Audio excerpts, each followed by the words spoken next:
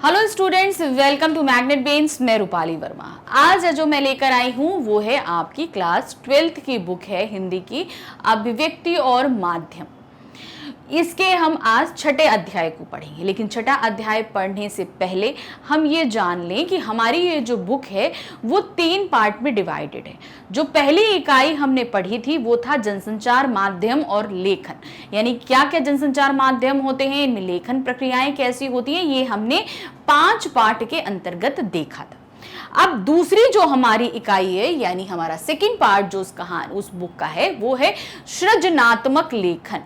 सृजनात्मक लेखन के अंतर्गत अब हम क्या क्या पढ़ेंगे, इसके अंदर हमारी आएंगी कविता, कैसे कविताएं होती हैं, कैसे नाटक लिखे जाते हैं, साथ ही इसमें कथाएं कैसी लिखी जाती हैं, मतलब स्टोरीज कैसी लिखी जाती हैं, डायरी कैसे लिखी जाती है, ये सभी हम सृजनात्मक लेखन के अंतर्गत पढ़ेंगे। फिर इसके बाद हमारा आता है तीसरा अध्याय। जो तीसरा पार्ट होगा वो हमारा है व्यवहारिक लेखन। अब व्यवहारिक लेखन के बारे में हम कब बताएंगे, जब हम व्यवहारिक लेखन शुरू करेंगे। तो अब जो हम शुरू करने जा रहे हैं वो है हमारा छठा अध्याय इस बुक का, कैसे बनती है कविता, यानी कविताएं कैसी लिखी जाती हैं, कैसे कितने प्रकार की होती हैं, क्या क्या चीजें हमें ध्यान रखनी होती हैं, ये सब चीजें हम इस पाठ के अंतर्गत देखेंगे। तो क्या है, कैसे बनती है कविता। आज की जिंदगी में कविता की जरूरत है, पहले से कहीं ज्यादा, लेकिन जिंदगी से कविता सुकून की तरह गायब हो गई है।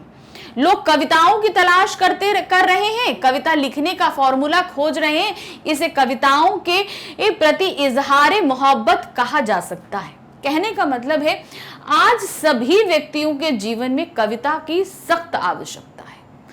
क्यों है? कभी बहुत ज़्यादा परेशान हुई या आप बहुत ज़्यादा फ्रस्ट्रेटेड हुई, कोई काम आपसे बन नहीं रहा है, कुछ नहीं हो रहा है, तो आप कभी भी कोई एक कविता पढ़कर देखिएगा, आपके दिमाग को कितनी जल्दी सुकून मिलेगा। तो वही सुकून जो आजकल हमारे जीवन से गायब हो चुका है। क्यों नहीं है? हम दौड़ते भागते हर समय सिर्फ काम करते रहना चाहते हैं, और नतीजा क्या होता है उसका, कि हमें कहीं सुकून नहीं मिलता। तो जब सुकून हमारे जीवन में नहीं है तो उसी तरह हमारे जीवन से कविताएं भी गायब हो गई। आप पहले के समय में आप कभी अपने दादाजी से या नाना जी से या नानी से, दादी से कभी बात करिए, तो कविताएं वो कितनी पढ़ते थे। उन जो है समाचार पत्रों में, मैगजीन्स में, उनकी खुद की पाठ्य पुस्तिका में, यहाँ तक कि उन लोगों को बहुत सी कविताएं आप देखेंगे तो याद भी होंगी। तो क्यों? उनके जीवन में कविताओं का बहुत महत्व था। लेकिन आज हम इतना ज्यादा भाग दौड़ में व्यस्त हो चुके हैं कि वो कविताएं हमसे कहीं ना कहीं गायब हो चुकी हैं। अब गायब हो गई तो सुकून भी नहीं है। हम सभी उन कविताओं को ढूंढ रहे हैं, कहाँ पढ़ें, कैसे पढ़ें, किस तरीके से हम उनको अपने जीवन में लेकर आए। तो एक तरीके से हम ये देख सकते हैं हमारी ये कविता के लिए खोज क्या है, इजहार मोहब्बत। इजहार मोहब्बत किसके प्रति है? कविता के प्रति। हम कविता हमसे मिल जाए तो हम अपनी मोहब्बत का इजहार उससे कर दें कि हम तुम्हें कितनी शिद्दत से ढूंढ रहे थे और आज तुम हमको मिल गई हो। तो कविता हमारे जीवन के लिए बहुत जरूरी होती है। कभी कभी ऐसा लगता है कविता के फॉर्मूले की खोज लिखने के बियाबान में खो जाती है, यानी कि जो उसका लिखने का जो फॉर्मूला है वो हम सब कहीं ना कहीं भूल गए। बियाबान मतलब कहीं एकदम सन्नाटा, सुनसान एरिया, वो कहीं वहां पर खो चुकी है। लिखने का काम श्रम साध्य है, यानी कि जब हम साधना का श्रम करते हैं, यानी कि बहुत एकाग्र होकर जब हम सोचते हैं, सोचने का जो श्रम करते हैं, जो कार्य करते हैं, तब कहीं जाकर कविता बनती है। मेहनत मांगता है, यानी कि उसमें हमें मेहनत करनी पड़ती है, शारीरिक तौर पे नहीं, दिमागी, जहनी तौर पे, दिमागी तौर पे हर तरीके से हमें मेहनत करनी पड़ती है। धैर्य मांगता है, यानी कि धीरज रखिए। छोटी छोटी बातों को भावनाओं की नजर से देखने की दरकार है। कहने का मतलब कोई भी चीज है उसमें आप फीलिंग्स ढूंढिए, जो आजकल के लोगों में बहुत कम बची है। अगर कहीं एक फूल खिला है तो उस फूल को देखिए, वो खिलने पर कितना खुश है, उसके खिलने से आसपास का वातावरण कितना खुश हो गया। अब इसको आप कैसे समझोगे? आपने अपनी बालकनी में कई सारे पौधे लगा रखे हैं, सपोज अपनी गार्डन में लगा रखे, कहीं पे भी लगा रखे, उसमें एक नन्हा सा फूल खिले तो आप देख के कितना खुश होते हो। तो सोचो वो फूल जब खिलता है तो उसे कितनी खुशी होती होगी। बस उसी भावना को आपको अपने अंदर महसूस करना है, कविता अपने आप जन्म ले लेगी। टूटी फूटी भाषा में भी मन की बात रखने की जरूरत होती। माना आप भाषा में इतनी महारत नहीं रखते, लेकिन जितनी आती है अगर उसमें ही आप अपने मन की बात रख दो तो वो अपने आप में कविता बन जाती है। जिंदगी में यथार्थ के बंधनों की कल्पना की ऊंची उड़ान के पार करने की जरूरत होती है, लेकिन इसके लिए कुछ करना नहीं होता। लोग तो कहते हैं कि दर्द जब हद से गुजर जाता है दवा बन जाता है। तो यहां कहने का तात्पर्य क्या है कि हम अपनी प्रैक्टिकल लाइफ में इतना ज्यादा उलझ चुके हैं, हमें उस अपनी लाइफ से ऊपर उठना है, तब कहीं जाकर कविता हमारे अंदर से गुजरेगी। तो ये प्रैक्टिकल लाइफ में हमको इतनी तकलीफ होती है कि हम उसी को ही सुलझाने सब में करने लग जाते हैं। तो अब देखिए इसी प्रैक्टिकल लाइफ पे कितनी अच्छी लाइन है कि दर्द जब हद से गुजर जाता है तो दवा बन जाता है। तो इन दो लाइनों में ही देखिए कितनी खूबसूरत बात आ गई और कितनी प्रैक्टिकल बात है और कितनी सच है, लेकिन कविता है। तो कहने का मतलब है आपको हर जगह कविता मिल जाएगी, बस बयान ब्याजी आपको आनी चाहिए कि आप कैसे उसको बयां करते हैं। जीवन में जब सवालों का तूफान उठने लगता है, मोहब्बत की भावनाएं उफान मारने लगती हैं, अंदर कुछ कहने की लालसा होती है, तो शब्दों के अभाव को पूरा करने के लिए कविता का आवरण होता है। मतलब कहने का है जब हमारे जीवन में बहुत ज्यादा उथल पुथल हो तो तब हमारे मन के अंदर जो भावनाएं होती हैं उनमें अपने आप लयबद्धता आ जाती है, अपने आप तुक निकल आते हैं और कविता बन जाती है। कविताएं चुपचाप चली आती हैं। ऐसे में क्या होता है, धीरे धीरे चली आती है, हमको पता भी नहीं चलता। भाषा और व्याकरण की दीवारों को तोड़ते हुए कविताएं जीवन को अपनी मौजूदगी की तरंगित कर जाती हैं। जीवन के समंदर में कविताओं के गिरने से उठने वाली लहरें जीवन में संवेदनाओं के बड़े सूक्ष्म स्तर पर प्रभावित करती हैं। ये कविताएं जो धीरे धीरे हमारे जीवन में प्रवेश करती हैं, ये हमारे जीवन में जैसे ही गिरती हैं एकदम उथल पुथल मचा देती हैं। कहने का मतलब हम इतना परेशान हो, कुछ भी हो, जब ये भावनाएं निकलती हैं तो उनमें और ज्यादा उद्गार भर आते हैं, मतलब उन परिस्थितियों को और ज्यादा विकराल रूप। हम मोहब्बत का इजहार करने के लिए अगर कविता लिखते हैं तो मोहब्बत और प्रगाढ़ हो जाती है। हम किसी तकलीफ को बयां करने के लिए अगर कविता लिखते हैं तो वो तकलीफ हमें कहीं हद तक हमें अंदर से सुकून पहुंचाती है कि नहीं, इतना दर्द तो नहीं है जितना हम बयां कर रहे हैं। कविताएं जिंदगी का नजरे आईना बन जाती हैं, यानी कि जो कविता लिखता है उसकी जिंदगी का इजहार हो जाती हैं वो कविताएं। कहने का तात्पर्य होता है आप किसी भी लेखक की कविताएं उठा लीजिए, वो जिस दौर से गुजर रहा है वो चीज उसके जीवन में आए, उसकी कविताओं में उसकी झलक हमें मिलेंगी ही मिलेंगी। आप अगर अंग्रेजों शासन के दौरान अगर किसी कवि को देखोगे तो अंग्रेजों की प्रताड़ना आपको दिखाई देगी। स्वतंत्रता के समय की अगर देखोगे लड़ाई तो उसके स्वतंत्रता संग्राम की कुछ कविताएं आपको दिखाई देंगी। तो ये है उसके अपने निजी जीवन में अगर कोई उथल पुथल है तो वो भी आपको कविताओं में दिखाई देगी। तो आप अगर देखेंगे कोई भी कविता आप कभी पढ़िए तो उस कवि के बारे में अगर एक बार जान लोगे ना तो उससे रिलेटेड आप समझ जाओगे वो किन चीजों से रिलेटेड वो कविताएं लिख रहा है। तो मतलब आपकी जिंदगी का एक आईना होती है ये कविताएं कि आपके जीवन में क्या चीज गुजर रही है, आप उसी से रिलेटेड कविताएं लिखोगे तो वो तुरंत पता चल जाती है। लेकिन कविताएं लिखने की शुरुआत भले तुकबंदी के फॉर्मूले से होती हो, लेकिन धीरे धीरे छोटी छोटी बातों को लयात्मक अंदाज में गुनने बुनने और साझा करने से भी कविताओं के बनने का सिलसिला शुरू हो जाता है।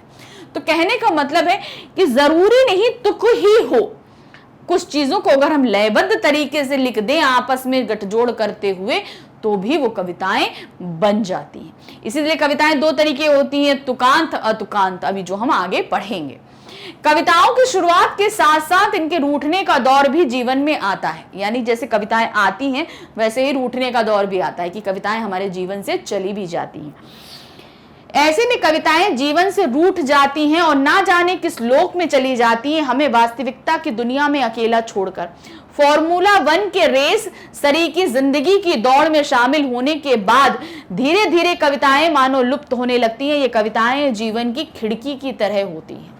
तो इन्होंने बताया जैसे आप जीवन में मोहब्बत करते हो, कविताएं अपने आप आती हैं, लेकिन जैसे ही हम ये जीवन के यथार्थ में आते हैं, आपाधापी में पढ़ते हैं, अपनी प्रैक्टिकल लाइफ में आते हैं, उस मोहब्बत से निकल के, तो ये जो जीवन है वो फॉर्मूला 1 की रेसिंग की रफ्तार से भागती है और ये कविता कहीं गायब हो जाती है। हम ढूंढ ही नहीं पाते अपने जीवन की उस लय को, कहीं इधर उधर ही भटकते रह जाते हैं। जो जीवन में नए विचारों की आवाजाही की प्रक्रिया को निरंतरता देती है, जीवन में संवेदनशीलता को स्थान देती है, भावनाओं को तर्क से बेपरवाह होकर जीने का हौसला देती है, लेकिन कविताओं की दुनिया भाषाओं के व्याकरण के अतिक्रमण करते हुए अभिव्यक्ति के तमाम रास्तों को खोलती है। तो अब इन्होंने क्या बताया, जीवन में हमें जीने की सीख कहीं ना कहीं किसी हद तक ये कविताएं देती हैं, लेकिन क्या होता है, लेकिन कविताओं की दुनिया भाषाओं के व्याकरण के अतिक्रमण के करते हुए, कहने का मतलब है जो कविताएं हैं उसमें व्याकरण का इतना ज्यादा पैठ हो जाती है कि वो कविता कहीं मूल रूप गायब हो जाती है, उसके अभिव्यक्ति के तमाम रास्ते खोलती है। यानी कि जो कविताएं हैं वो हमें व्याकरण का रूप देती है और नई नई कविताओं के रास्ते खुल जाते हैं। कविताओं से आगे गद्य लेखन की दिशा में सारी प्रक्रिया आगे बढ़ती है। वर्तमान में कविताओं में लय का अभाव है, आज भी कविताओं में लय गायब है, संगीत गायब है, प्रवाह गायब है। यह जिनके पास बचा है वह उनके जीवन और सोच की मौजूद संगीत और कल्पना की वजह से है। तो ये देखा गया है अभी वर्तमान समय में जो कविताएं लिखी जा रही हैं उनमें लय, संगीत और भावनाएं कहीं हद तक गायब है। क्यों? क्योंकि ये सिर्फ लिखी जा रही है, महसूस नहीं करी जा रही। तो वो जो लयबद्धता है वो कविताओं से इसलिए गायब है क्योंकि आपके जीवन से जो लेखक लिख रहे हैं उनके जीवन से ही वो लय गायब है, इसलिए कविताओं में लय नहीं है, संगीत भी नहीं है। अगर सच कहा जाए तो लिखने का फॉर्मूला खोजना गुलजार बनने का टेक्निक तलाशने जैसे ही है। मतलब हम कविताएं लिखे कैसे, अगर हम इसकी टेक्निक ढूंढे तो ये कहा जाएगा आप गुलजार बनने की टेक्निक ढूंढ रहे हैं। भाई गुलजार जी बहुत अच्छा लिखते हैं, तो वही चीज बोला है कि अगर आप कविता लिखने का फॉर्मूला ढूंढ रहे हैं तो एक तरीके से आप क्या कर रहे हैं, आप गुलजार बनने की टेक्निक को खोज रहे हैं। अगर लिखने का शौक है तो लिखते चलिए, अपनी भावनाओं को शब्द देते चलिए। हो सकता है कविताओं की नजरे इनायत आप पर पड़ ही जाए। तो कहने का मतलब है आप फॉर्मूला मत खोजिए कि कैसे कविता बननी है। अगर आपको लिखने का शौक है तो बस लिखिए और देखिए एक दिन कविता आप पे खुद ब खुद अपनी इनायत कर देगी और आप अपने आप ही कविताएं लिखना शुरू कर देंगे। इस सफर पर चलने वालों के सीखने का सिलसिला जारी रहता है। मतलब कहने का उनका तात्पर्य है कि अगर आपको कविता करने का शौक है तो माना आप कविता नहीं कर पाते लेकिन गद्य लेखन तो कर लेते हैं ना, तो आप गद्य लेखन ही लिखिए। गद्य लेखन लिखते लिखते आप कब कविता करने लगेंगे आपको पता ही नहीं चलेगा। तो गद्य लेखन सिर्फ एक शुरुआत होती है लिखने की, और कविता अपने आप, क्योंकि हम गद्य लेखन लिखेंगे तो धीरे धीरे हमारे अंदर वो नॉलेज बढ़ती जाएगी लिखने की, शब्दों की पकड़ की, भावनाओं के पकड़ की, विचारों की अभिव्यक्ति की। जो हमारे अंदर टेक्निक होनी चाहिए वो धीरे धीरे डेवलप हो जाएगी और धीरे धीरे ऐसे ही हम कविता भी लिखने लगते हैं। इसी तरह सीखने के सिलसिले में पढ़ना भी शामिल है और लोगों से संवाद भी, जो लेखन के इस सफर को कविताओं तक ले जाता है, जो कभी कविताओं से आगे भी है। तो कहने का यहां मतलब है कि आप अगर लिखना चाहते हो तो पहले पढ़ना भी सीखो। जब आप पढ़ोगे अच्छा, अब जैसे कोई कविता होती है, कविता को कोई ऐसा पढ़ेगा, जैसे एक बहुत पुरानी कविता है, उठो लाल, क्या है, उठो लाल अब आंखें खोलो, पानी लाई मैं मुंह धो लो। अब उसी को अगर ये हमने ऐसे पढ़ दिया, इसी को हम लय में पढ़े, उठो लाल अब आंखें खोलो, पानी लाई मुंह धो लो, तो ये क्या हुआ, लय आया। तो जब तक आप पढ़ने के टेक्निक को नहीं सीखोगे तब तक आप उसको बयां मतलब लिखने का टेक्निक कैसे सीखोगे। कविता पढ़ो, लय के साथ पढ़ो, कहाँ रुकना है, कहाँ चलना है। तो मतलब लिखने से पहले पढ़ने की टेक्निक सीखो। जब पढ़ने की टेक्निक सीख लोगे तो कविता अपने आप निकल ही आती है। अब कविताओं के प्रकार, कितने प्रकार की कविताएं होती हैं? तो यहां पर होती हैं दो तरह की, एक छंद मुक्त कविताएं और एक छंद युक्त कविताएं। तो देखते हैं, कविता दो प्रकार से लिखी जाती है, पहली छंद मुक्त और दूसरी छंद युक्त कविताएं। पहला हम पढ़ रहे हैं छंद मुक्त कविताएं। छंद मुक्त कविताएं कविता लेखन की शुरुआत करने पर लिखी जाती हैं। जब कोई रचनाकार कविता लिखने की शुरुआत करता है तो वो सबसे पहले छंदमुक्त रचनाएं ही लिखता है एवं उन्हें महत्व देता है। इसका कारण यह है कि छंद मुक्त रचनाएं प्रभाव प्रधान होती हैं और उनमें भावनाओं का महत्व दिया जाता है। ऐसी रचनाओं में नियमों की पाबंदी नहीं होती। छंद मुक्त का मतलब है कि जहां तुक मिल रहे हैं आपके, ऐसी कविताएं आप इनको एक लिखते चले जाएंगे और इसमें भावनाओं की जो अभिव्यक्ति होती है वो बहुत स्ट्रांग होती है। और खास तौर से ये छंद मुक्त कविताएं कब लिखी जाती हैं? जब कोई लेखन कार्य को प्रारंभ कर रहा होता है। तो इसमें ये लोग लेखन कार्य का प्रारंभ करते समय ये कविताएं लिखना क्यों प्रेफर करते हैं? क्योंकि इसमें किसी तरह की बंदिश नहीं होती, कोई पाबंदियां नहीं होती, कोई नियम नहीं होते, कोई कायदे नहीं होते। इसलिए छंदमुक्त कविताएं, जो नए कवि होते हैं वो इस तरह की कविताओं को लिखना पसंद करते हैं। अब दूसरी जो कविता है वो है छंद युक्त कविताएं। छंद का अर्थ है कि नियम होता है, यानी नियमों का ध्यान रखते हुए जब कोई कविता लिखी जाती है तो उसे छंद युक्त रचना कहते हैं। छंद युक्त कविताओं में दोहा, रोला, कुंडलियां आदि रचनाएं हो सकती हैं। जबकि कोई रचनाकार छंद मुक्त कविताएं अच्छी लिखने लगता है तो वो छंद का ज्ञान लेकर छंद युक्त रचनाएं लिखने की शुरुआत करता है। तो यहाँ पर जो छंद युक्त कविताएं हैं, कहने का मतलब है छंद युक्त यानी कि नियम की पाबंदी। नियम की पाबंदी इसलिए होती है क्योंकि जब हम लिखना सीख जाते हैं तो उसके बाद हम छंद युक्त लिखना शुरू करते हैं।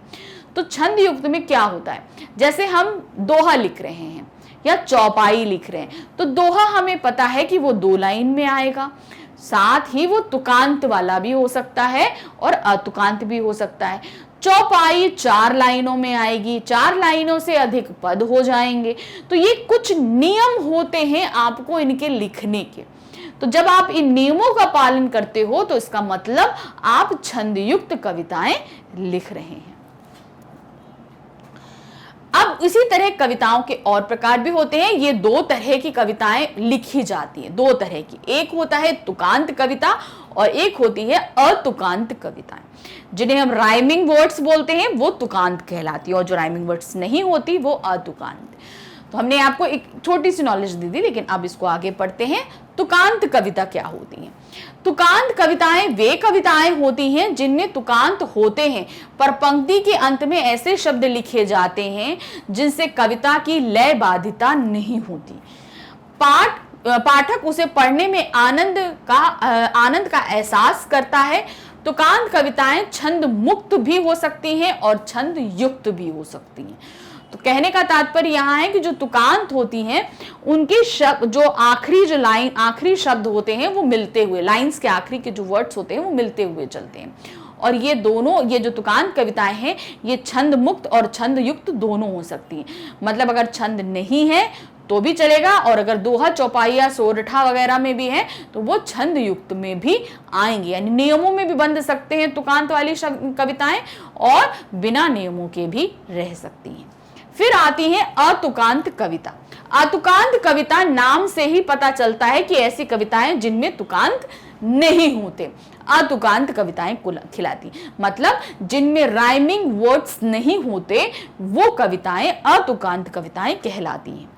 तुकांत कविताओं में तुकांत हर पंक्ति के अंत में लिखे जाते हैं, लेकिन अतुकांत कविताओं में तुकांत नहीं हुआ करते। यानी कि जब तुकांत लिखते हैं तो हर पंक्ति के अंत में वो राइमिंग वर्ड्स होते हैं, लेकिन इनमें ऐसे वर्ड्स नहीं होते। इन कविताओं में भाव की प्रधानता होती है। अतुकांत कविता छंद युक्त नहीं हो सकती बल्कि छंद मुक्त होती है। तो जो अतुकांत वाली कविता होती है ये छंद युक्त नहीं हो सकती, ये हमेशा क्या होती है, छंद मुक्त ही होती है, यानी कि इनमें किसी तरह के नियम कायदे लागू नहीं होते हैं अतुकांत वाले में। तो ये चीजें होती हैं। तो छंद जो अतुकांत होती हैं वो छंद मुक्त कविताएं होती हैं। अब आते हैं कविता के प्रमुख घटक, क्या क्या घटक होते हैं, क्या क्या चीजें होती हैं, ये जानेंगे। कविता के कुछ प्रमुख घटक क्या हैं? कविता भाषा में होती है, इसलिए भाषा का सम्यक ज्ञान जरूरी है। कविता जो हम लिखते हैं वो भाषा, कोई भी भाषा आप ले लो, तो वो भाषा का समय का ज्ञान, क्या समय है। अब जैसे हम अगर हिंदी भाषा का लें तो पहले संस्कृत थी, फिर प्राकृत भाषा आई, प्राकृत भाषा से आई, फिर उसके बाद धीरे धीरे हिंदी का स्वरूप बदला। तो इस तरीके से अब जैसे इस समय है, अगर हम इस समय देखें तो हम इंग्लिश हिंदी नहीं पढ़ रहे हैं, हिंदी में इंग्लिश भी वर्ड मिले हुए हैं, शुद्ध हिंदी नहीं है। तो इस समय सम्यक हिंदी का जो सम्यक ज्ञान है वो हमारे पास होना जरूरी है कि इस समय कौन सी समय चल रहा है, जो भाषा हम लिख रहे हैं वो इस समय में किस तरीके से प्रचलित है।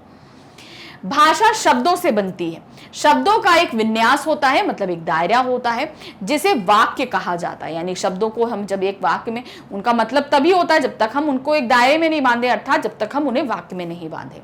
भाषा प्रचलित एवं सहज हो, पर संरचना ऐसी कि पाठक को नहीं लगे, मतलब सरल होनी चाहिए, सहज होनी चाहिए, लेकिन जैसे ही उसको पढ़े कोई व्यक्ति तो उसे लगे कि ये नई कविता है। कविता में संकेतों का बड़ा महत्व होता है, इसलिए चिन्हों, यहां तक कि दो पंक्तियों के बीच के खाली स्थान भी कुछ कह रहा होता है। कहने का मतलब उसमें जो चिन्ह लगे होते हैं, विराम, अल्प विराम, यहां तक कि खाली जो जगह होती है वो भी हमसे कुछ न कुछ कहती है। इसलिए इन चिन्हों का और खाली जगहों का बहुत सावधानी पूर्वक हमें पालन करना चाहिए। वाक्य गठन की जो विशिष्ट प्रणालियां होती हैं उन्हें शैली कहा जाता है, इसलिए विभिन्न काव्य शैलियों का गान भी जरूरी है। तो कहने का मतलब है जो हम वाक्य गठन कर रहे हैं, यानी वाक्य का जो हम निर्माण कर रहे हैं उसे हम बोलते हैं शैली। तो इसलिए अलग अलग काव्य शैलियों का भी हमको ज्ञान होना चाहिए कि कौन सा अलंकार है, कौन सा रस है, ये सभी हमारी काव्य शैलियों के अंतर्गत आता है। छंद में अनुशासन की जानकारी से होकर गुजरना एक कवि के लिए जरूरी है, यानी कि जब हम छंद का इस्तेमाल करते हैं तो कितने तरह के छंद होते हैं, उनका कैसे रचना की जाती है, ये सब जानकारी एक कवि के पास में होनी चाहिए। तभी आंतरिक लय का निर्वाह संभव है, यानी कि तभी हम अपने अंदर की भावनाओं को प्रस्तुत कर सकते हैं। कविता छंद और मुक्त छंद दोनों में ही होती है। छंदबद्ध कविता के लिए छंद के बारे में बुनियादी जानकारी आवश्यक है ही, मुक्त छंद के लिखने के लिए भी इसका ज्ञान जरूरी है। यानी कि जब हम छंद युक्त लिख रहे हैं तो हमें तो पूरी जानकारी होनी चाहिए, लेकिन अगर हम छंद मुक्त भी लिख रहे हैं तो भी हमें छंदों की पूर्ण जानकारी होनी चाहिए, क्योंकि जब तक हम नहीं जानेंगे छंद क्या होते हैं तब तक हम छंद युक्त या छंद मुक्त किसी भी तरह की कविता लिख ही नहीं सकते। कविता समय विशेष की उपज होती है, यानी कि जिस समय जो चीज घट रही है बस उसी समय कविता। अब मान लीजिए सपोज हम एक चेयर पे बैठे हैं और हमारे सामने एक मक्खी उड़ने लगे, तो कविता करने वाला व्यक्ति तो उस मक्खी पे ही लिख देगा, है ना। कविता जो मक्खी क्या जाने कविता की उड़ान की, कविता कहाँ कहाँ जाती है और मक्खी कहीं वहां पहुंच नहीं पाती। तो ये तो बस सोचने भर की बात है। उसका स्वरूप समय के साथ साथ बदलता रहता है, अतः किसी समय विशेष को प्रचलित प्रवृत्तियों की ठीक ठीक जानकारी भी कविता की दुनिया में प्रवेश के लिए आवश्यक है। यानी कि समय के साथ कविता बदलती रहती है। मान लीजिए आज हमने कोई कुरीति प्रचलित है उस पर कविता लिख दी, लेकिन आगे आने वाले समय में तो वो उसका बदलाव हो जाएगा, उस समय बदल गया, परिवर्तित हो गया, दूसरी कुरीति आ गई तो हम उस पर लिखेंगे। तो इसलिए हमें समय का भी ज्ञान होना चाहिए। जिस समय में, अब आज के समय में हम मान लीजिए पिछले हम सती प्रथा के बारे में लिखें तो वो तो हो चुका ना। हम आज के समय के बारे में, आज के कवि हैं तो हम आज के बारे में लिखेंगे, आज की कविताओं के बारे में लिखेंगे, समय के बारे में लिखे कविताएं करेंगे। तो इसलिए हमें अपने समय में प्रचलित चीजों की जानकारी होनी चाहिए। कम से कम शब्दों में अपनी बात कह देगा, और कभी कभी दो शब्दों या दो वाक्यों के बीच कुछ अनकही छोड़ देना कवि की ताकत बन जाता है। मतलब कम से कम शब्दों का इस्तेमाल करिए, बहुत ज्यादा शब्दों का इस्तेमाल नहीं करना अपनी बात को अभिव्यक्त करने के लिए, और कभी कभी दो शब्दों या दो वाक्यों के बीच डिस्टेंस छोड़ देने पर भी कवि के भावों की अभिव्यक्ति हो जाती है कि कवि कहना क्या चाहता है। ये चीजें अपने आप उन दो खाली स्थानों से भी प्रकट हो जाती है। तो इस तरीके से ये पाठ हमने आपको समझाया। देखिए, कविता पाठ बहुत इजी है, लेकिन इसमें बहुत ही छोटी छोटी चीजों को ध्यान देना है। छंद मुक्त, छंद युक्त, तुकांत, अतुकांत, उसके कैसे रचना होती, भाई कविता कैसे बन रही, भाई कविता का जन्म तो हमारे भावों से ही हो रहा है। तो ये सब चीजों पे आप मेन ध्यान दीजिएगा पाठ को पढ़ते समय। तो इस तरीके से ये पाठ यहाँ खत्म हुआ। आपको अगर किसी और भी सब्जेक्ट में कोई दिक्कत हो रही है या कोई भी पार्ट आप सर्च करना चाहते हैं तो आपको आना है हमारी वेबसाइट magnetsbrain.com पे। जब आप यहाँ आएंगे तो आप देखेंगे कि यहाँ पर आपको किंडरगार्टन से लेकर क्लास 12 तक के सभी जो है आपको क्लासेस अवेलेबल मिलेंगी। बस आप जिस भी क्लास में पढ़ते हैं आपको अपनी क्लास सेलेक्ट करनी है, तो वहां पर आप क्लिक करेंगे। क्लिक करते ही उस क्लास में पढ़ाए जाने वाले सभी सब्जेक्ट्स आपके सामने होंगे। तो जिस सब्जेक्ट में आपको प्रॉब्लम हो रही है, आपको उस सब्जेक्ट के नीचे यहाँ जहां वॉच नाउ लिखा है आप वहां पर क्लिक करेंगे। क्लिक करते ही आपके सामने उस सब्जेक्ट में जितने भी चैप्टर हैं वो सब आपके सामने होंगे। तो चैप्टर क्लिक करेंगे, क्लिक करते ही उसमें जितने टॉपिक्स पढ़ाए गए वो आपके सामने होंगे। टॉपिक सेलेक्ट कीजिए और उसको क्लिक करते ही आपका वीडियो स्टार्ट हो जाएगा। वीडियो देखिए और अपने सभी डाउट्स को क्लियर करिए, लेकिन हाँ, साथ ही हमारे चैनल को लाइक, सब्सक्राइब और शेयर करना बिल्कुल नहीं भूलिएगा। Thank you for watching. Bye bye.